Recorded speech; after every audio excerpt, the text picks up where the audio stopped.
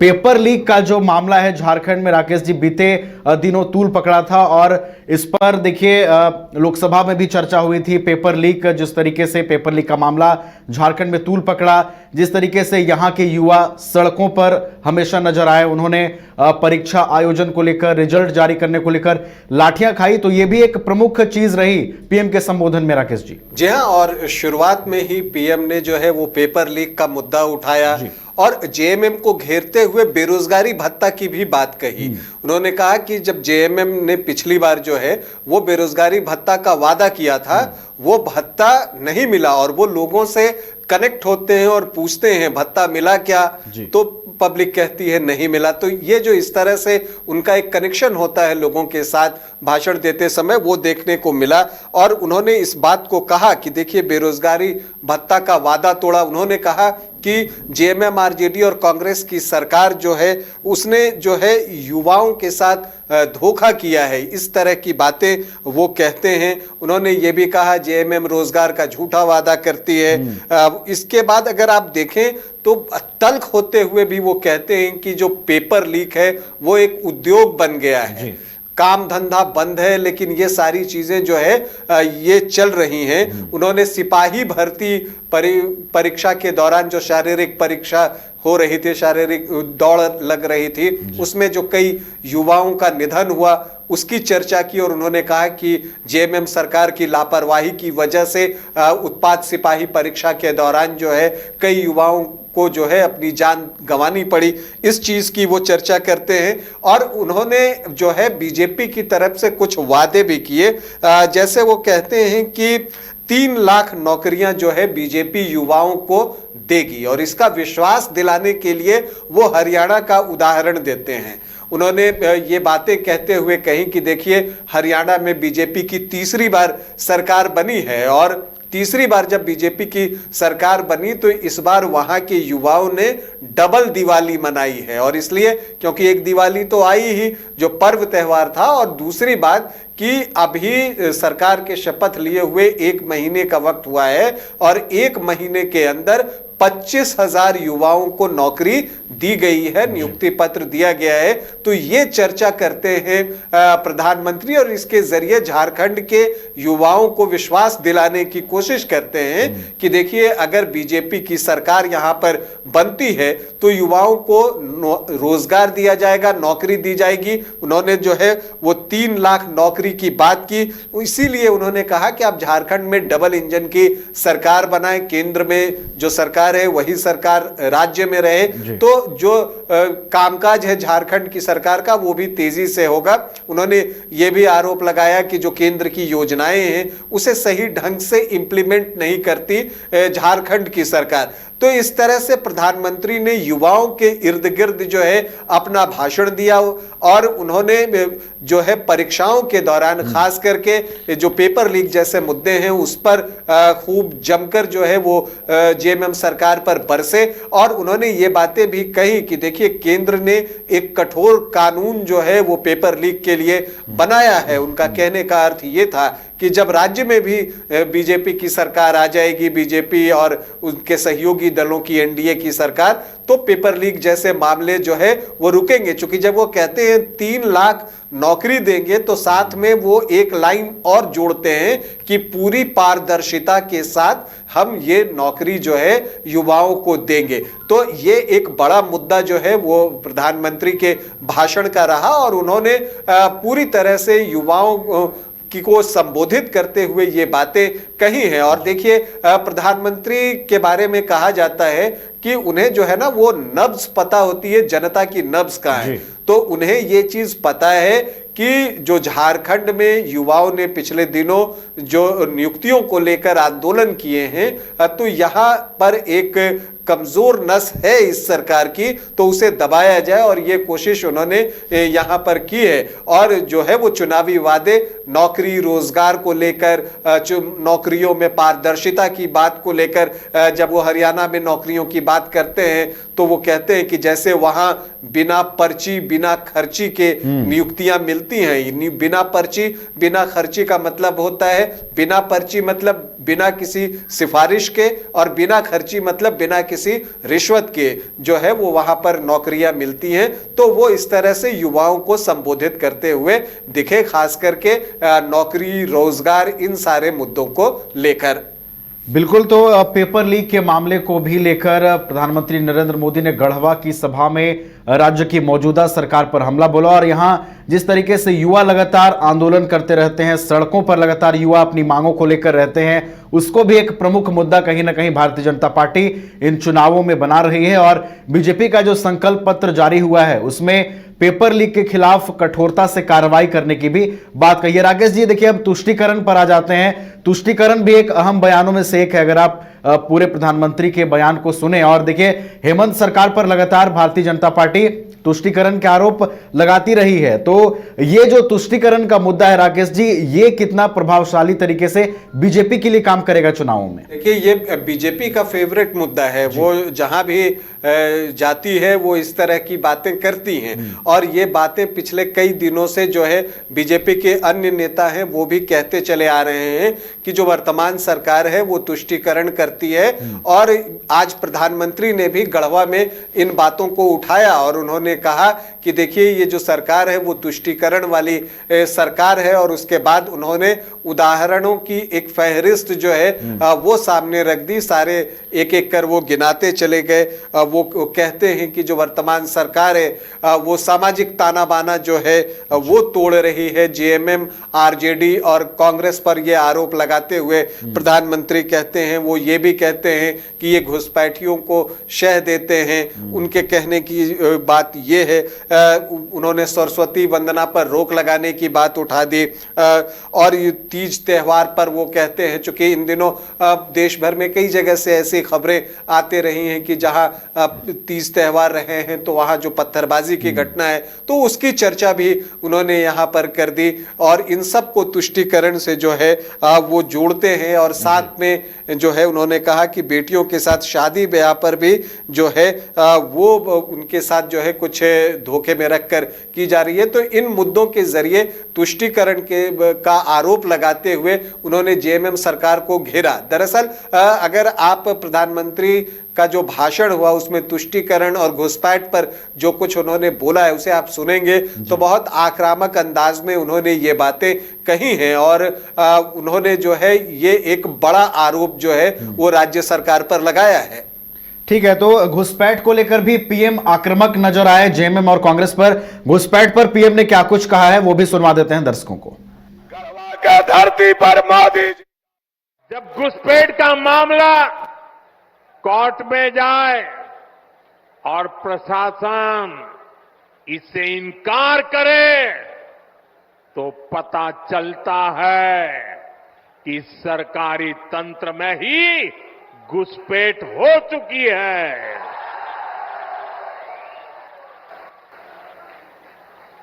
ये आपकी रोटी भी छीन रहे हैं, ये आपकी बेटी भी छीन रहे हैं और ये आपकी माटी को भी हड़प कर रहे हैं। अगर जेएमएम, कांग्रेस, आरजेडी की यही कुनीति जारी रही तो झारखंड में आदिवासी समाज का दायरा सिकुड़ जाएगा। ये आदिवासी समाज और देश की सुरक्षा दोनों के लिए बड़ा खतरा है। इसलिए इस घुसपैठिया गठबंधन को अपने एक वोट से उखाड़ फेंकना है। फेंकेंगे। एक एक वोट रोटी, बेटी, माटी को बचाएगा। तो सुना आपने कि किस तरीके से पीएम नरेंद्र मोदी घुसपैठ के मामले को लेकर भी जेएमएम और कांग्रेस की सरकार पर आक्रामक नजर आए। राकेश जी, देखिए घुसपैठ भी बीजेपी के फेवरेट मुद्दों में से एक है और घुसपैठ का देखिए जिक्र लोकसभा चुनाव में भी हो रहा था। बीजेपी इसे एक अहम मुद्दा बनाकर चुनावी प्रचार में उतर रही थी। राकेश जी, एक बार फिर से घुसपैठ जो है वो बीजेपी के प्रमुख मुद्दों में से एक है और देखिए बीजेपी के संकल्प पत्र में भी ये कहा गया है कि जब हम सरकार में आएंगे तो बांग्लादेशी घुसपैठियों को एक एक करके निकालेंगे। यह भी एक बड़ा मुद्दा है जिसका चुनाव पर प्रभाव पड़ सकता है। या निश्चित तौर पर, और खास करके संथाल में इस चीज का प्रभाव जो है वो देखने को मिल सकता है। और संथाल को लेकर ही जो है बीजेपी जेएमएम कांग्रेस आरजेडी सरकार पर हमलावर है कि घुसपैठ को शह दिया गया है। और जैसा कि प्रधानमंत्री ने आज गढ़वा में कहा और बड़े ही मतलब तल्ख अंदाज में ये बातें कही हैं उन्होंने, और सरकार को पूरी तरह से घेरा है। और वो लोगों से जब ये कहते हैं कि ये रोटी भी छीन लेंगे, बेटी भी छीन लेंगे और जमीन भी हड़प लेंगे, तो वो एक तरह से आगाह करते हुए दिखते हैं अपने वोटर्स को। तो प्रधानमंत्री जो है कुछ चीजों को भावनात्मक तरीके से उठाते हुए भी दिखे गढ़वा में। वो ये भी कहते हैं, लोगों से अपील भी करते हैं और साथ ही जो घुसपैठ का मुद्दा है उसे आदिवासियों से भी जोड़ते हैं। वो कहते हैं कि अगर घुसपैठ इसी तरह से होता रहा तो फिर जो आदिवासी समुदाय का दायरा है झारखंड में वो सिमट जाएगा। वो यहीं तक नहीं रुके, वो ये भी कहते हैं कि ये जो आपको घुसपैठ हो रहा है वो चारों तरफ जो है झारखंड में हो रहा है। ये आरोप भी जो है वो लगाते हैं और फिर जनता से कहते हैं कि आप अपने एक वोट से जो है इस चीज को रोक सकते हैं। और तो प्रधानमंत्री पूरी तरह से, चाहे आप तुष्टीकरण की बात कर लीजिए, घुसपैठ की बात कर लीजिए, हमलावर रहे, पेपर लीक पर हमलावर रहे। और साथ में उन्होंने जो है ये भी बताया कि ये सारी चीजें तो हैं जो कि नुकसान कर रही हैं, तो इसका समाधान क्या होगा। जैसे रोजगार वाले मुद्दे में उन्होंने 3 लाख नौकरी पूरी पारदर्शिता के साथ देने की बात कह दी। जो एक बेरोजगारी भत्ता टाइप की चीज जो बीजेपी भी देना के लिए सोच रही है, उसकी भी चर्चा जो है उन्होंने की है यहाँ पर कि युवा साथी भत्ता 2000 रुपए का जो है वो मिलेगा। तो इन सारी चीजों को प्रधानमंत्री बोलते हुए दिखे। और आप ये भी देखेंगे कि प्रधानमंत्री को जो झारखंड की समस्याएं हैं उसके बारे में भी अच्छे से पता है। होमवर्क करके आते हैं प्रधानमंत्री, जब कहीं भी भाषण देने जाते हैं तो उन्हें उन सारी चीजों का पता होता है। जैसे उन्हें पता है कि वो गढ़वा में बोल रहे हैं तो वहां की क्या समस्याएं हैं। पेयजल वहां के लिए एक हमेशा से समस्या रही है, पानी की किल्लत जो है वो एक समस्या होती है। तो इन मुद्दों को वो उठाते हैं। अभी उन्हें पता है कि झारखंड में जो है बालू को लेकर बवाल मचा हुआ है, तो वो उसकी भी चर्चा करते हैं, बालू तस्करी की बात उठा देते हैं। तो प्रधानमंत्री ने बहुत ही सोच समझकर सारे मुद्दे जो है वो जनता के सामने रखे और एक तरह से पूरी तरह से एजेंडा जो है वो सेट कर दिया। चलिए, तो एजेंडा पीएम ने सेट किया है। और आपने राकेश जी जिक्र किया बालू को लेकर जिस तरीके से राज्य में बवाल है, बालू तस्करी को लेकर जिस तरीके से सरकार घिरती रही है। राकेश जी, देखिए बीजेपी इससे भी एक अहम मुद्दा इन चुनावों में बना रही है। दर्शकों को पहले सुनवा देते हैं कि पीएम ने बालू माफियाओं को लेकर क्या कुछ कहा है। साथियों, आज एक क्षेत्र बालू तस्करी का बहुत बड़ा केंद्र बन चुका है।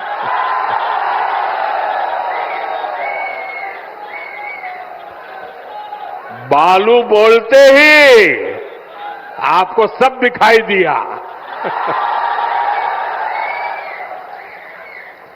सच्चाई ये है कि झारखंड की सरकार माफिया की गुलाम बन गई है।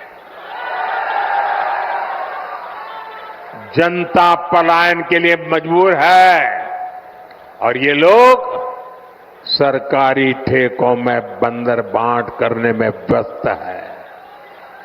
यहां पर काम धंधा बंद होता जा रहा है, लेकिन ट्रांसफर पोस्टिंग का धंधा खूब फल फूल रहा है। इसलिए आपको याद रखना है, जेएमएम कांग्रेस आरजेडी ने ये जो माफिया तंत्र बनाया है ना, भाजपा एनडीए को दिया आपका हर वोट उस पर चोट करने के लिए देना। चलिए, तो राज्य में बालू तस्करी को लेकर भी पीएम राज्य की मौजूदा सरकार पर हमलावर नजर आए और राकेश जी, इसमें गौर करना होगा इस बयान पर। उन्होंने कहा कि जेएमएम, आरजेडी और कांग्रेस ने मिलकर जो माफिया तंत्र बनाया है वो पूरे बालू के बंदरबाट में शामिल है, बालू के तस्करी में शामिल है। तो कहीं ना कहीं अब यह भी लग रहा है कि यह मुद्दा भी बीजेपी के लिए चुनाव में एक संजीवनी की तरह साबित हो सकता है। देखिए, बालू जो है एक मुद्दा इस चुनाव में बनने जा रहा है, इससे आप इनकार नहीं कर सकते। और बीजेपी ने इस चीज के बारे में संकेत कुछ समय पूर्व से ही करना वो शुरू कर दिया था। आपने विधानसभा का जब सत्र चल रहा था झारखंड में, तब भी आपने देखा था कि बीजेपी के विधायक जो है वो तराजू लेकर बालू बेचते हुए दिखाई दिए थे कि किलो के हिसाब से बालू जो है वो बिक रहा है। तो एक तरह से आप ये एक पहले से तय था कि बालू को एक मुद्दा बनाया जाएगा और बालू को लेकर जो सारी चीजें राज्य में चल रही हैं, जैसे प्रधानमंत्री जब कहते हैं कि बालू बोलते ही आपको सब कुछ दिखाई देने लगता है, मतलब कि उन्हें पता है कि जनता इस मुद्दे से कितना कनेक्टेड है। यही मैंने आपको कहा कि प्रधानमंत्री जब कहीं भी भाषण देने जाते हैं तो पूरा होमवर्क करके ही जाते हैं। उन्होंने जो है झारखंड सरकार पर बहुत तरह के आरोप लगाए, आपको कह दिया कि माफिया की गुलाम है ये सरकार, सरकारी ठेकों में बंदरबाट की बात कर दी, ट्रांसफर पोस्टिंग का धंधा चल रहा है, काम धंधा बंद है और ट्रांसफर पोस्टिंग का धंधा फल फूल रहा है, ये बातें प्रधानमंत्री ने कही। तो भ्रष्टाचार पर जो है उन्होंने सरकार को घेरने का जो है वो प्रयास किया है। उन्होंने जो है जो मंत्रियों के घरों से जो कैश निकले उनकी बात की, कांग्रेस सांसद के घर से जो पैसे पकड़े गए थे उसकी चर्चा जो है वो की है यहां पर। तो प्रधानमंत्री इन सारे चीजों के जरिए जो है वो सरकार पर यह आरोप लगाना चाह रहे हैं कि इस सरकार में भ्रष्टाचार अपने चरम सीमा पर है। अब महत्वपूर्ण यह है कि इन चीजों को जनता लेती कैसे है, क्या जनता को वो विश्वास दिला पाने में सफल हुए नहीं हुए, ये चीजें तो खैर जब चुनाव परिणाम आएगा तभी पता चल पाएगा कि कितने सफल हुए प्रधानमंत्री अपने प्रयास में। लेकिन एक आप कह सकते हैं कि उन्होंने जो है पूरी तरह से एक तैयारी कर ली थी कि किन किन मुद्दों को बोलना है। और देखिए, उन्होंने चूंकि गढ़वा में थे तो उन्होंने जो है पानी के नल तक को नहीं छोड़ा कि चर्चा उठा दी। हर घर जल पहुंचाने की हमारी योजना थी, लेकिन हजारों करोड़ हमने भेजा तो वो पानी नहीं पहुंचा, लोगों ने अपनी तिजोरियां भर ली।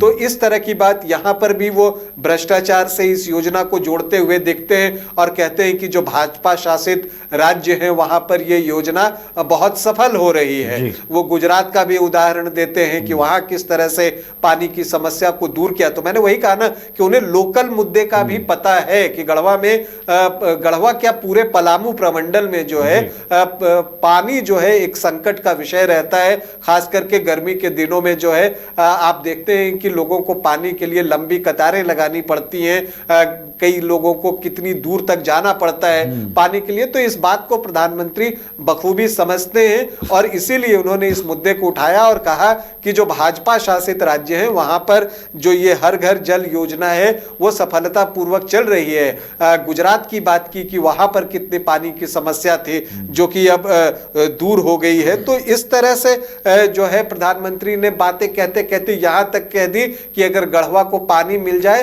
तो गढ़वा से पलायन रुक जाएगा, बल्कि जो लोग पलायन करके चले गए हैं वो भी वापस आ जाएंगे। तो एक एक मुद्दे को करीने से उठाया। देखिए, आदिवासियों की बात उन्होंने की यहां पर कि वो ट्राइबल म्यूजियम्स बना रहे हैं देश भर में। उन्होंने बिरसा मुंडा, भगवान बिरसा मुंडा के जन्म दिवस की बात की और कहा कि इसे जनजातीय गौरव दिवस के रूप में मनाने की शुरुआत जो है वो हम ही ने की, मतलब बीजेपी सरकार ने की। उन्होंने ये भी कहा कि अब भगवान बिरसा मुंडा की 150वीं जयंती आने वाली है तो अब जो है जनजातीय गौरव वर्ष जो है पूरे देश में मनाया जाएगा, कई कार्यक्रमों का आयोजन होगा। उन्होंने जो है आदिवासी परिवारों की आर्थिक स्थिति को सुधारने पर बात की, जो ब्लॉक हैं उन पर चर्चा की कि जहां पर आदिवासी ब्लॉक है वहां पर केंदू पत्ता और महुआ मशरूम जैसे उत्पादों की जो है प्रोसेसिंग और स्टोरेज की व्यवस्था की जाएगी। और उन्होंने अल्टीमेटली इन सारी चीजों को जोड़ते हुए कहा कि देखिए, जब झारखंड का विकास होगा तब पूर्वी भारत का जो है विकास होगा। ये महत्वपूर्ण चीज है। राकेश जी, देखिए कई महत्वपूर्ण चीजें प्रधानमंत्री के इस पूरे संबोधन में रही और आपने एक एक करके बताया कि किस तरीके से पीएम ने होमवर्क किया और उनकी पूरी तैयारी रहती है। कोई भी संबोधन जब उनका होता है तो पूरा होमवर्क रहता है और हर एक मुद्दों को टच करते हैं। जैसा कि आपने अभी पानी का जिक्र किया, पलामू प्रमंडल में पानी एक सबसे बड़ी समस्या लोगों के लिए बनकर सामने आती है, तो वहां पर दिखा कि पीएम किस तरीके से उस समस्या को लेकर चिंतित नजर आए। राकेश जी, देखिए एक और छोटी सी प्रतिक्रिया आपसे चाहेंगे। देखिए, ये सभा जो गढ़वा में हो रही थी राकेश जी, ये भले ही गढ़वा में हो रही थी लेकिन कोशिश थी पलामू प्रमंडल के सभी 9 सीटों को साधने की। तो बीजेपी इस मिशन में कितना कामयाब होती हुई नजर आ रही है? देखिए, सफलता और असफलता तो जैसा मैं हमेशा कहता हूं कि वो जिस दिन चुनाव परिणाम आता है उसी दिन पता चलता है कि सभा कितनी सफल थी या असफल रही थी। लेकिन एक बात तो है कि एक जो चुनाव का माहौल होता है, जब प्रधानमंत्री कहीं सभा करते हैं तो वो एक माहौल तो चुनाव का बना देते हैं बीजेपी के पक्ष में या एनडीए के पक्ष में। और आप ये भी चीज देखिए कि प्रधानमंत्री ने जब चुनाव प्रचार की शुरुआत की तो सीट कौन सी चुनी? गढ़वा की सीट चुनी।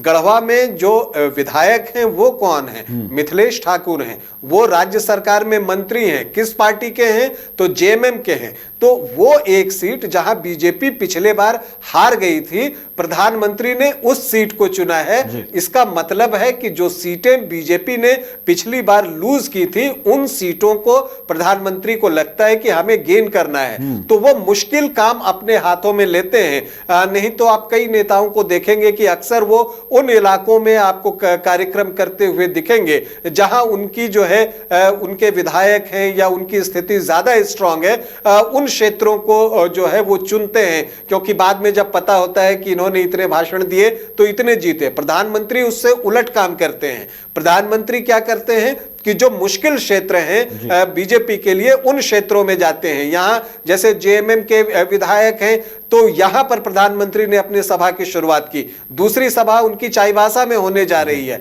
चाईबासा में भी बीजेपी जो है पिछली बार बुरी तरह से हारी थी, और केवल चाईबासा नहीं, अगर आप पूरे कोल्हान में कह दीजिए तो बीजेपी हारी थी। सिंहभूम में सारी की 6 सीटें हारी थी। तो वहां पर जाकर जो है प्रधानमंत्री सभा कर रहे हैं। तो आप जो एक माइंडसेट की बात होती है वो देखिए कि प्रधानमंत्री जिन सीटों पर बीजेपी का प्रदर्शन पिछले चुनाव में बेहतर नहीं रहा था, प्रधानमंत्री वहां सभाएं कर रहे हैं कि लोगों को बीजेपी की जो नीतियां हैं उसके बारे में बताएं, इस बार जो संकल्प लिया है उसके बारे में बताएं, और साथ में वो एक चीज जोड़ देते हैं लास्ट में, जिसका इंपैक्ट लोकसभा चुनाव के दौरान भी बहुत हुआ, मोदी की गारंटी। तो जब इन सारी चीजों को बताकर वो कहते हैं कि ये मोदी की गारंटी है, ये हम करेंगे, तो जनता को वो एक विश्वास दे रहे होते हैं। तो बहुत ही एक आप कह सकते हैं कि रणनीतिक तौर पर कह लीजिए ये एक महत्वपूर्ण सभा थी बीजेपी के लिए।